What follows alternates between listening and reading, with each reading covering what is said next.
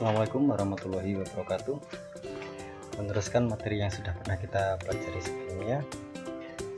Kali ini kita akan mempelajari tentang ukuran kemiringan dan ukuran geluncingan. Pada umumnya, setiap kita mempunyai suatu data, maka data itu memiliki suatu distribusi, di mana karakteristik dari distribusi itu akan menjadi menarik untuk kita pelajari lebih lanjut.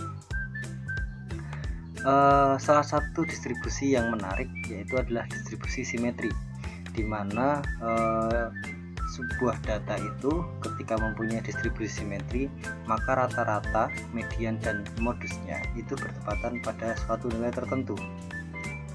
Memang akan sangat jarang sekali ketika kita mendapatkan sebuah data yang berdistribusi simetri. Biasanya distribusi yang sering kita amati itu adalah distribusi asimetris atau miring. Distribusi asimetris itu dikatakan miring karena nanti ketika kita gambar kurvanya, ada salah satu kaki dari kurvanya itu lebih panjang daripada kaki yang lain. Pada layar sudah saya tampilkan, ini adalah distribusi simetris yang bentuknya mirip lonceng. Ini adalah distribusi ketika dia miring kanan, dan ini adalah distribusi ketika dia miring kiri. Jadi memang ekornya lebih condong ke kiri, kalau ini lebih condong ke kanan. Oke, untuk mengetahui apakah data itu berdistribusi simetris, miring kanan atau miring kiri, kita perlu menentukan koefisien kemiringan dari datanya. Ada 4 rumus yang bisa kita gunakan untuk mencari koefisien kemiringan dari sebuah data. Ada koefisien kemiringan versi Pearson, yaitu ada kemiringan yang pertama atau versi yang pertama ketika dia melihat kemiringannya dari rata-rata, modus, dan simpangan bakunya, dimana Pearson juga mempunyai rumus untuk mencari koefisien kemiringan yang lain, itu mempertimbangkan rata-rata, median, dan simpangan bakunya. Kita juga bisa mencari koefisien kemiringan dengan menggunakan nilai kuartil atau biasanya kita kenal dengan metode dari Pauli. Dia menggunakan nilai kuartil. Selain nilai kuartil, nanti kita juga bisa menggunakan hubungan antar nilai persentilnya. Nanti dari koefisien kemiringan yang kita dapat akan kita bandingkan dengan 0, dimana nanti kalau lebih kecil dari 0 maka data itu distribusinya negatif atau kita kenal sebagai miring kiri. Kalau koefisien kemiringannya itu sama dengan 0 maka bentuk distribusinya adalah simetris. Kalau misalkan koefisien kemiringannya lebih dari 0 maka distribusinya positif. Distribusi positif atau miring kanan. Sebuah distribusi positif adalah satu di mana ekor distribusi itu bergeser ke arah kanan. Jadi dia memiliki ekor pada arah positif dari kurva.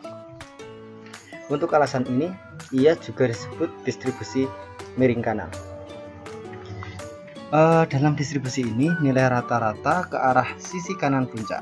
Alasannya, kemiringan ini adalah masa distribusi nanti akan berada di sebelah kiri dari kurva.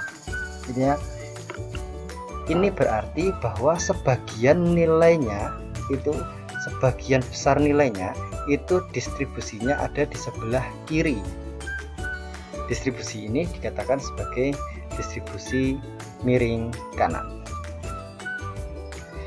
Distribusi miring positif atau distribusi positif miring kanan itu lebih umum dibanding distribusi yang miring negatif atau distribusi negatif miring kiri. Saya ambil kata-kata ini atau saya ambil sumbernya ini dari website yang sudah saya tampilkan di situ.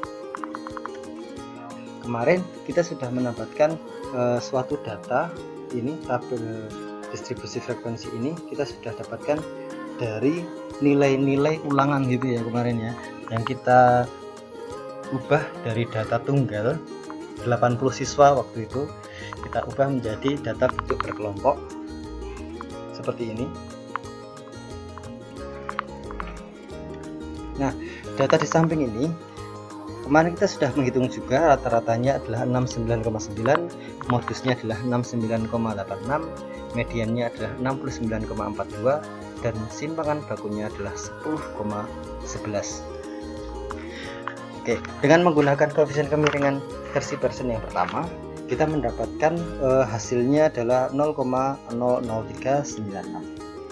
Dengan menggunakan koefisien kemiringan kedua dari Pearson, kita mendapatkan koefisien kemiringannya adalah 0,142. Dari dua koefisien kemiringan ini, kita bisa menyimpulkan bahwa datanya itu atau koefisien kemiringannya itu lebih dari 0.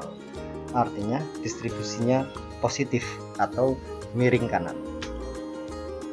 Oke, karena distribusinya positif atau miring kanan, maka dapat kita katakan bahwa ujian yang dilakukan waktu itu adalah sebuah contoh tes yang susah atau sulit.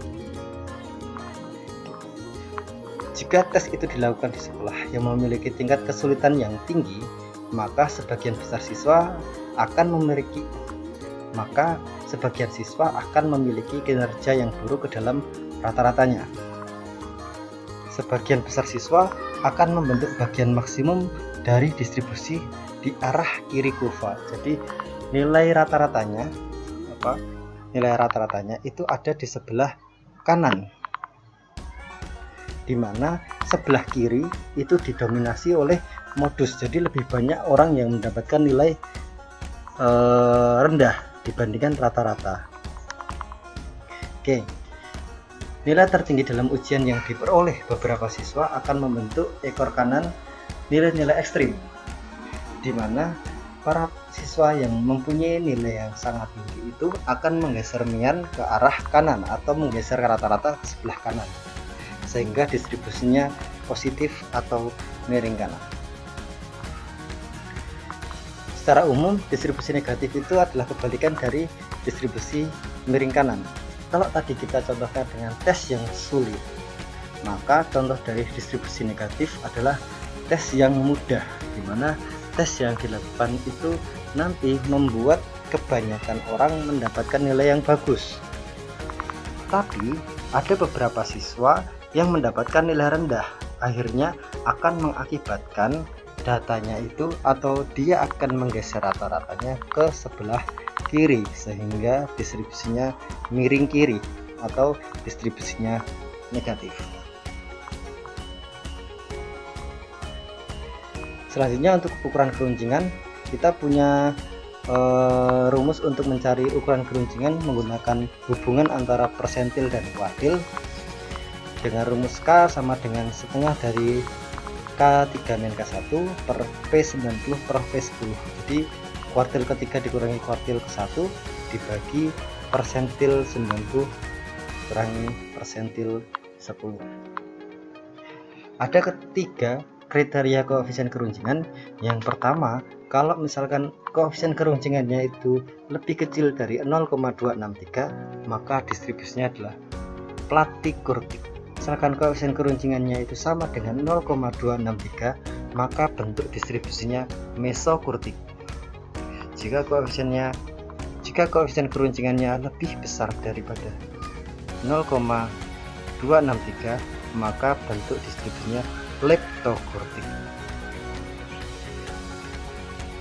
Nah, dari data yang sudah kita punya, kita tahu bahwa K3-nya atau kuartil ketiganya adalah 75,75, K1-nya adalah 62,36, P90-nya adalah 75,75, P10-nya adalah 56,89. Ukuran keruncingannya kita hitung, ternyata hasilnya adalah 0,2403. Karena koefisien keruncingannya lebih kecil dari 0,263, maka bentuk distribusi datanya adalah platikurtik. Nah, nanti ketika distribusinya itu merupakan distribusi simetri dan mesokurtik, maka datanya kita anggap mempunyai distribusi normal. bagaimana distribusi normal itu nanti kita akan pelajari di pertemuan selanjutnya.